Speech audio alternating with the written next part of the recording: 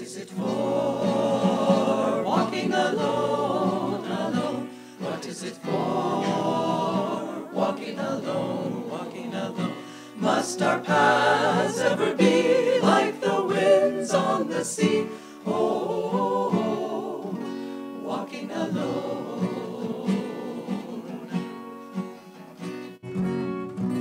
What is it for? Singing alone, alone. What is it for? Singing alone, singing alone. Must our songs ever be like the winds on the sea? Oh, singing alone.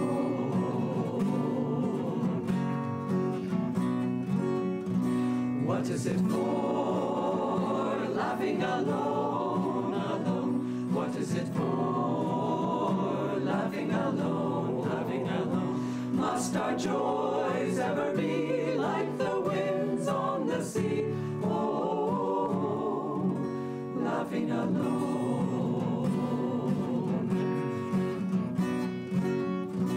What is it for? Living alone, alone. What is it for? Living alone, living alone. Must our lives ever be like the winds on the sea? Oh, living alone. Oh, living alone.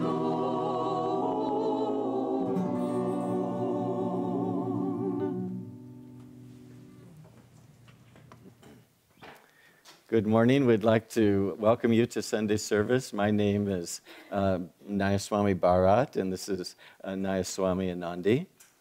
And I'd like to read from Ways of the One Light. Our topic today is Why Do Devotees Fall? And stay tuned because next week will be on how do devotees rise? Truth is one and eternal. Realize oneness with it in your deathless self within. The following commentary is based on the teachings of Paramahansa Yogananda. An endlessly fascinating question is, why did Judas fall after receiving the extraordinary blessing of being accepted into the inner circle of Jesus Christ's disciples?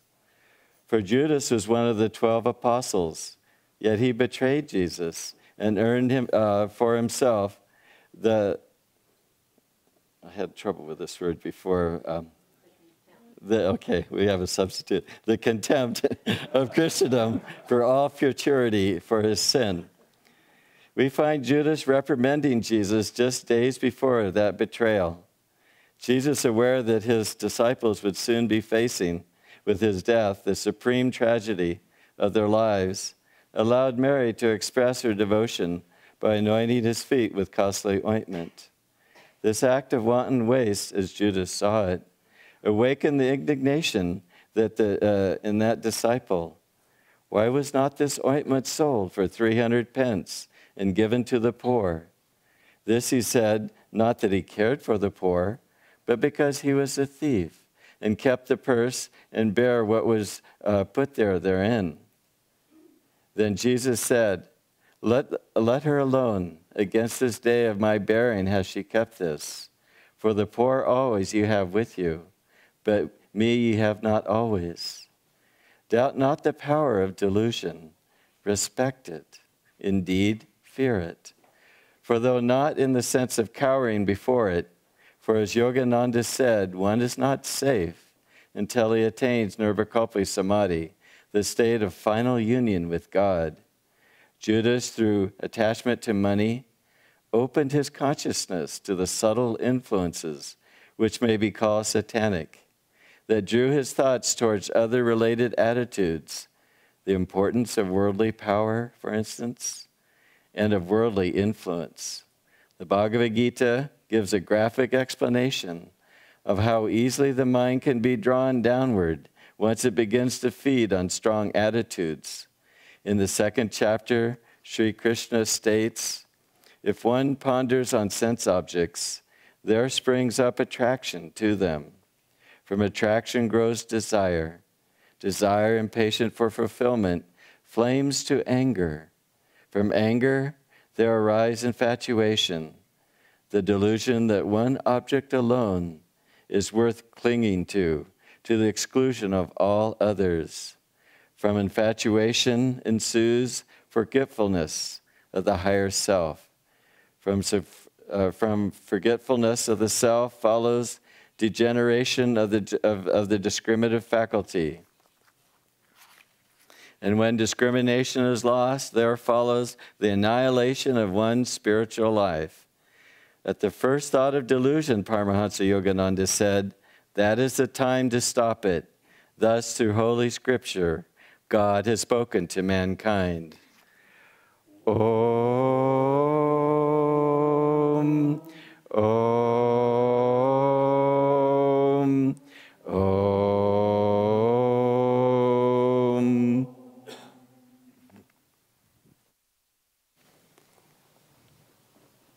Well, welcome everyone. It's so nice to be here together today with all of you, especially our guests and visitors and those joining us on the internet as well. I'll begin by reading from Whispers from Eternity, a book of prayers and poems by Paramahansa Yogananda.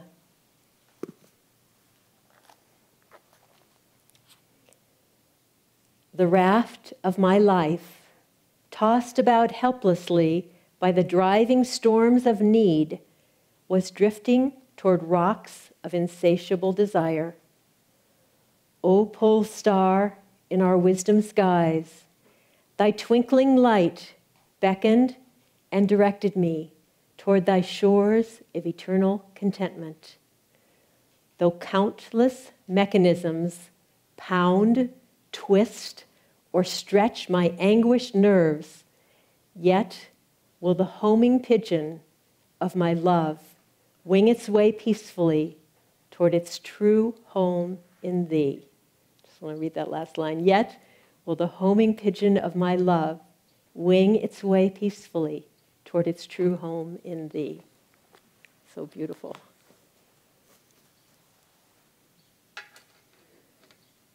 Well, as I often say, this is an extremely important reading today.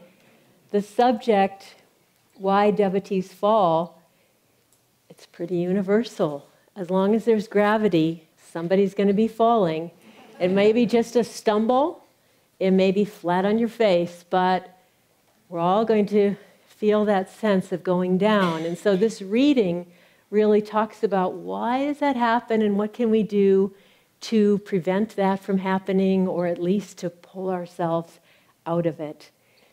As the reading said, it's very interesting that, in a way, we sort of write Judas off, don't we? We just go, oh, he's evil. He falls into the category of Hitler and all the villains through history, and we don't really think about Judas. But the truth is, according to Yogananda, Judas was a prophet. He was a highly evolved disciple. Otherwise, he could not have been one of Jesus' close disciples, one of the 12. You can't just slide into a position like that. You have to be highly, highly evolved. Yogananda said that he knew Jesus in the 20th century. He knew Judas, and that actually Jesus asked an Indian master to liberate Judas in that lifetime. So that's quite something, and it shows he must have been very highly evolved, and yet he made one of the great blunders of history. And so the reading from the Gita shows us how that happens. And rather than scorn Judas, we should say, I better look at this seriously. How did this happen? And I want to pay attention to this in my own life. So the Gita says if we start getting involved with something material, something outwardly, pretty soon we feel an attraction to it. And once we feel that attraction to it, the more we do, soon we feel a desire for it. And if we can't get that desire fulfilled, we get angry. And as we get angry, our awareness becomes more clouded, and pretty soon we really lose our connection to our spiritual ideals. So this is the journey, and it's one that bears looking at. You know, there's something that we don't talk about here very often, but we need to know, we need to be conscious of this. We are disciples of a great direct disciple of Yogananda. We are second generation from an avatar.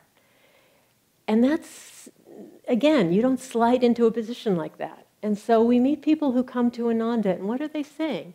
They're saying, I want to find God. They're saying, I want to be free of my karma. We're saying, I want to get free of ego. And these are sincere and deep prayers. And we can't expect that we're not going to meet with some obstacles to that. We've spent, according to the Indian scriptures, we've spent 5 to 8 million lives creating karma. Good karma, bad karma, but we've just kind of blithely gone along, churning it out. And in this life, we're saying, I want to be free. And that means I have to get rid of my ego. So there's going to be a fight there from the ego and also from our karma. I was thinking about this. When you get to the end of your karma, have you ever seen this in the movies where the hero finally kills the evil, evil villain? And he's sort of dragging himself off this battlefield, and the villain rises again and comes back with renewed vigor at the hero. And the hero has to once again fight him. I think that's a pretty good image for the last of our karma. We're working on things, we're trying to be free, and then we get to the very end of something and it fights very, very hard. So many people that I know in this community and probably online are facing that kind of karma. And how do we know about that? I think if there's something in your life that when you look at your life, you go, oh, if only this weren't happening. If only I had my finances together, then I could get on with my life. If only I weren't ill, I could live the life I was supposed to. And we have to realize that that if only is probably the reason we incarnated, was to work on that. Okay? So it needs to happen. There's a recording of Yogananda's voice, and at one point he says, you don't know why you came here. Why do you pray for this thing and that? What he's meaning is that what you're not liking is exactly why I'm working with you on this. It's exactly why you incarnated to work it out. When Bharat was in high school, he joined the wrestling team. And the wrestling team was brand new to his high school, so not one of the boys had any experience wrestling. And the coach, for I don't know how many weeks, day after day, worked with them on a pose called bridging. And bridging is a pose very like the yoga pose, the bridge pose, except that you come up on the top of your head. So you use your strength of your neck and your back to, when you're pinned by your opponent, you use your strength of your back and your neck to push him off so you can have another chance to try and beat him. Well, these young boys, they'd gone out for wrestling and they were so excited. They wanted to learn how to pin people. They wanted to learn all the fancy moves. And they kept working and working on this bridging pose. And to the point where they actually couldn't move their necks anymore. They had to turn, to look to the side, they had to turn like this. But of course, being brand new wrestlers, they were spending a lot of their games on their back. And so even though they thought they were more advanced moves, their coach knew, no, you've got to learn how to get off your back. That's the key element. And so what we think we need is not necessarily what we need, and what we have right in front of us is most likely exactly what we need. Swami Kriyananda said that in this lifetime, we really come to learn 1 or 2 major lessons. That's it. I mean, there's so many things that happen in one lifetime, and yet underneath it, there's 1 or 2 major lessons that we have to learn. And I had a very inspiring experience. Just a few weeks ago, we had a holistic health program here, and I was coaching one of the guests. And she said in her first session that she wanted to work on 3 things, and one of them was regret. And I asked her more about regret. And she said that she looked at her life, she was, I think, 50, and she saw choices that she'd made, And because of those choices, she felt that her life hadn't turned out the way she wanted it to. Of course, the choices were now irreversible, so she was left with regret. Well, we talked about that for a while, and when I went home that night and meditated, clarity came. And I said to her the next day what I just told you, that Swami Kriyananda said that you really come to learn just one or two lessons in this life. I said, what do you think your lesson might be in this life? And she said, getting over regret. I said, yeah. And so we talked about the fact that she could have made the opposite choices in those many circumstances, gotten what she thought she wanted, and still have regret, because that was the lesson she came to learn. And so then we talked about some tools. Rather than seeing regret as this part of her life, she was able, and I just wrote her yesterday to see if she's still doing it. And she said, yes, she's still doing this. She's treating regret not as a fact, but rather as something she came to transmute in this lifetime. And so when it comes, she breathes joy into her heart, she refocuses her energy here, she practices her daily meditation, and she's going to overcome that in this lifetime. It's very thrilling. So we want to look at our lives and say, okay, I don't want this in my life, but it is there. And what is that about? What is that about? If we find ourselves getting into negativity, right away, we should hear an alarm going off in our head. That alarm is the signal. This is, I'm heading on the slippery slope here. If that negativity is about something happening in the world, if that negativity is the way people are treating you, if that negativity is internal, it's about something that you don't like about yourself, either way, it's still the beginning of that losing perspective and losing the direction of where we're trying to go. Swami in the reading talks about the satanic influence, and he describes the satanic influence other places as that Satan is that part of universal consciousness that is attracted to our lower nature, and that once we turn toward it, increases that part of our lower nature.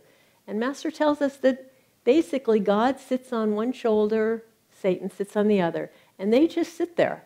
They can't do anything until we invite them, okay? God can't help us until we invite God. Satan can't help us until we invite him. So we're trying to pay attention to who we're inviting into our life and turn toward that. There's a very interesting excerpt from Yogananda's interpretation of the second coming of Christ. It's a parable. I'd never read this before. It's called the parable of the wheat and the weeds. And the parable is this. There was a farmer who had his farm workers plant wheat in the field. But while they slept, someone came in and planted weeds. And when everything started growing up, the farm workers came to their farmer and they said, what happened? You know, we only planted wheat. And he said, well, our enemy planted weeds. And they said, well, do you want us to go in and pull out the weeds right now? And he said, no, because if you pull the weeds out now, you're going to disturb the wheat. So let them both grow, and when they're both grown, we'll be able to pull out the weeds and burn them. Well, Master's interpretation of this is very powerful. He said basically that the wheat is the fruit of our meditative efforts, and the weeds are the subconscious tendencies that we've brought with us.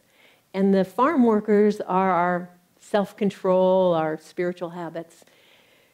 And rather than have the farm workers, they asked the farmer, shall we go pull out those weeds? He said, no, because if you focus on the bad qualities, you might not put enough energy into the good qualities.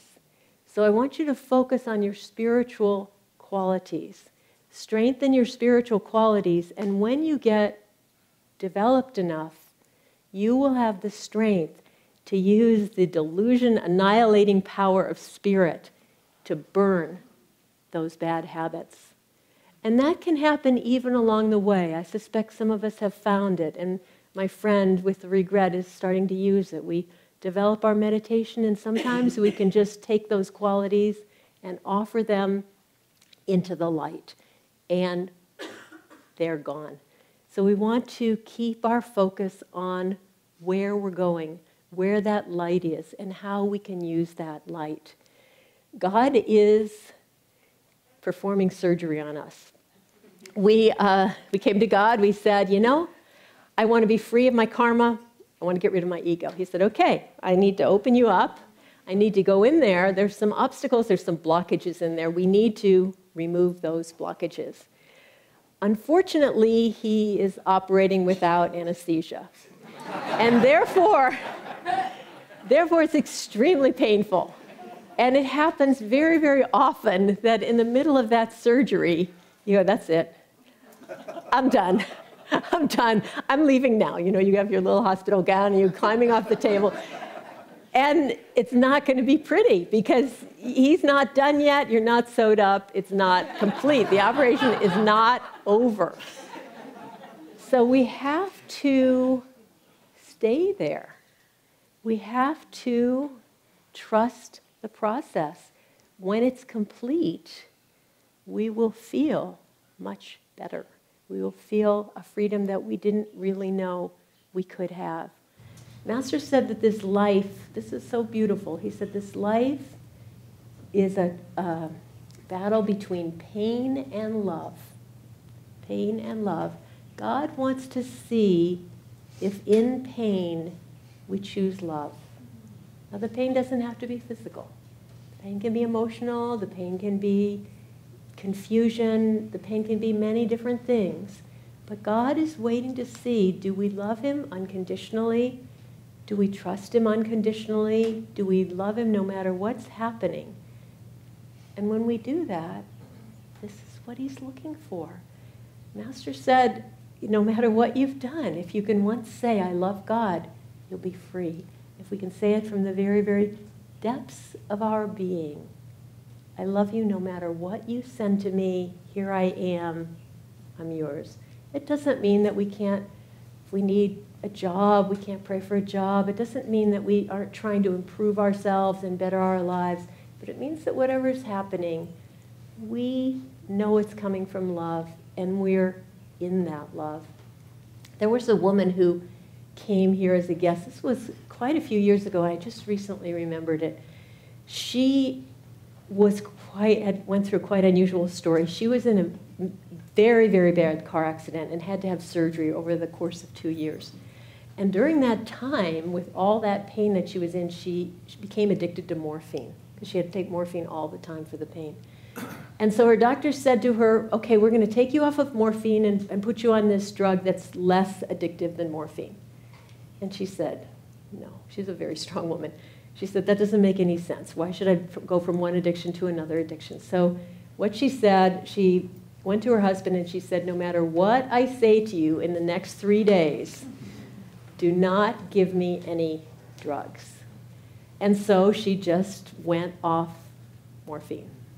And she said that the pain was unbelievable. She said every cell in her body was screaming for morphine. She was in so much pain, and she was begging her husband, and she was, forget what I said, I've changed my mind, the whole thing. And of course, he had to watch her, which could not have been easy either.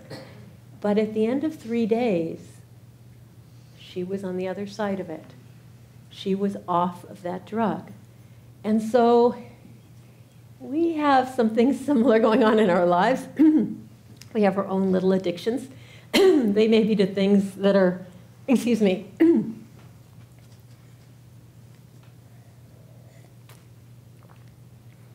kind of more wholesome. They may be to things like friendship or financial security or something like that. But we have to realize that God is trying to wean us from that. He's trying to get us to the point of being able to say, whatever it is. I love you, I'll take it. I'm happy to be doing this. We are trying to more and more tune into this, that no matter what happens, God is always behind us. There was a very beautiful article in the last Clarity newsletter written by a lady from our Rhode Island center called Kyle, who's been a devotee of Master for many years. And I won't tell you the whole story. I urge you to look in Clarity magazine. If you don't have it, you can Google it and find it. But she was invited to go visit a visiting saint had come to the Rhode Island area, and she and some Ananda people went to see him.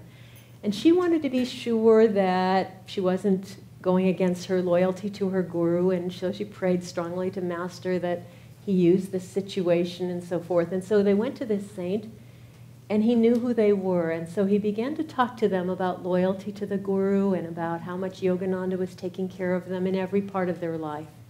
And he said, there will be challenges that come into your life, and your guru will protect you. And he looked at Kyle, and he said, he'll even protect your little dog. Well, she adores her little dog. I mean, obviously she hadn't talked to the saint about the fact that she had a dog, but he knew. And so then what happened is many, many months went by. The whole event was forgotten in her mind. And I won't tell you the whole story, but basically her little 15-pound dog was attacked by a 90-pound dog. And this dog really went after him and inflicted mortal wounds on this little dog. And then meanwhile, she actually ran out and with sort of superhuman courage was fighting this dog and pulling him off her dog. And very, very long story in a very short time. They both ended up in the hospital, she and her dog. And she was feeling quite shaken. And she said even her faith was shaken because the whole experience was so violent. And of course, she was terribly worried about her dog. And as she lay in the hospital, she suddenly remembered this visit and what the man had told her and how he had said, you will be protected, your dog will be protected. And suddenly she felt, Master is watching all of it. He's watching all of it, and he's with us. And lo and behold, she was fine. Her little dog, his belly had been actually torn open by this dog. He was fine. He lived another 4 years. And but the sense that no matter what it is that's happening, the guru does know, and there is a watchful presence happening. So what we want to do is tune into his vibration. Davy told a story recently about something that happened earlier this year. She got a bad case of bronchitis, really bad. She was just coughing nonstop.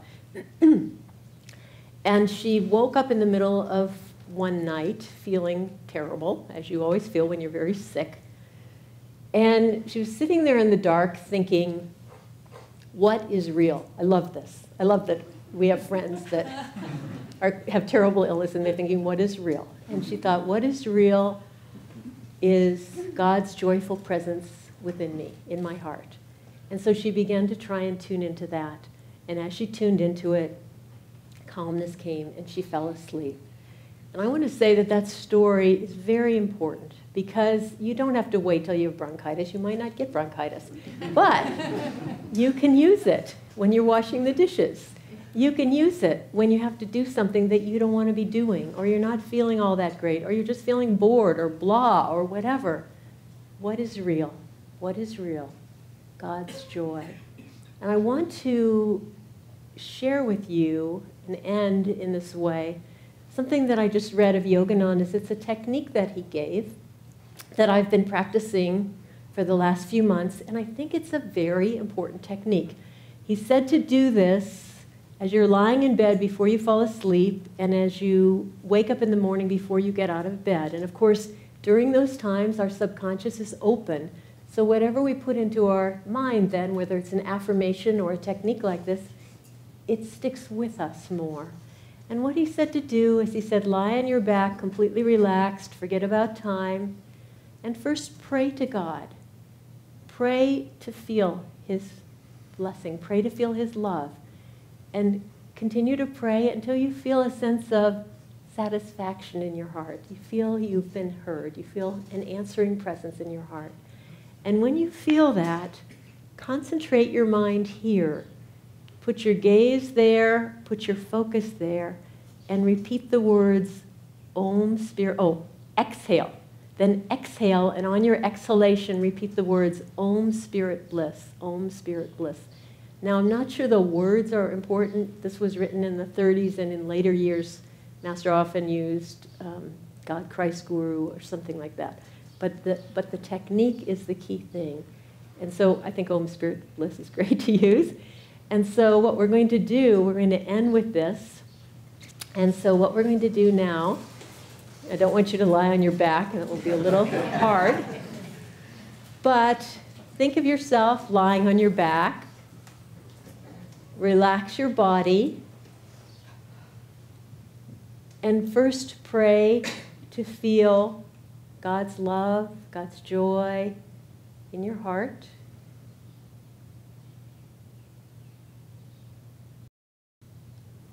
And now then inhale and exhale completely, and while your breath is out, repeat many times as you can, Om silently, Om Spirit Bliss. You're focusing at the spiritual eye. So while you're focusing there, send those words, Om Spirit Bliss, Om Spirit Bliss, Om Spirit Bliss, as many times as you can to the point between the eyebrows. And then breathe when you need to. You might need a couple of breaths to then do it again. And you repeat this as often as you can. He said up to 24 times. So as you do it, you find you're able to stay longer with that exhalation. We'll do it one more time. People still have their eyes closed. So inhale and then exhale. Concentrating a spiritual eye. Om Spirit Bliss, Om Spirit Bliss.